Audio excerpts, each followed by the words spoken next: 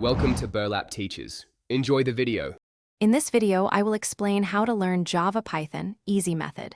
Begin by choosing one language to start with and schedule short, focused practice sessions each day. Learn basic syntax, data types, and control flow first, then write tiny programs that solve practical problems.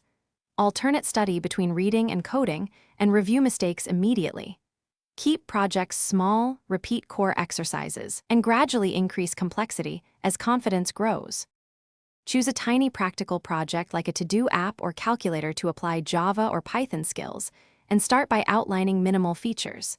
Split work into short tasks and complete one each session to build momentum. Implement one feature at a time, test it, and refactor for clarity. This hands-on approach strengthens problem solving and exposes real bugs, which are your best teachers while keeping learning engaging and productive. Adopt helpful tools like an IDE, debugger, and version control to streamline your Java and Python practice and reduce friction. Spend time learning to read documentation and library examples so you adopt idiomatic patterns early.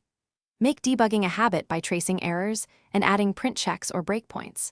Consistent small improvements in tools and habits compound quickly and make complex topics feel manageable and more rewarding. Thanks for watching. Consider subscribing if this video helped you.